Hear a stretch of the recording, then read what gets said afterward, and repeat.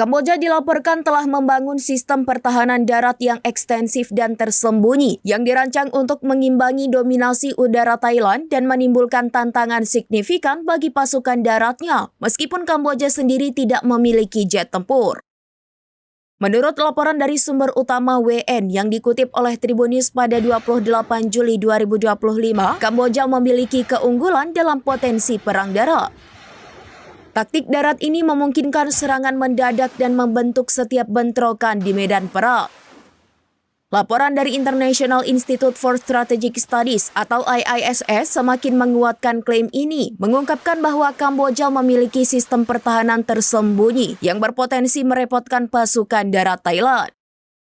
Pertahanan ini mencakup ribuan ranjau darat, termasuk ranjau anti-tank, jaringan terowongan tersembunyi, bunker hutan yang disamarkan, dan berbagai perangkap mematikan. Lebih lanjut, penduduk desa di wilayah perbatasan dilaporkan berperan sebagai informan, memberikan intelijen penting mengenai pergerakan musuh. Kombinasi elemen-elemen ini menciptakan jaringan pertahanan yang rumit dan sulit diprediksi, dirancang untuk mengganggu dan melemahkan serangan musuh.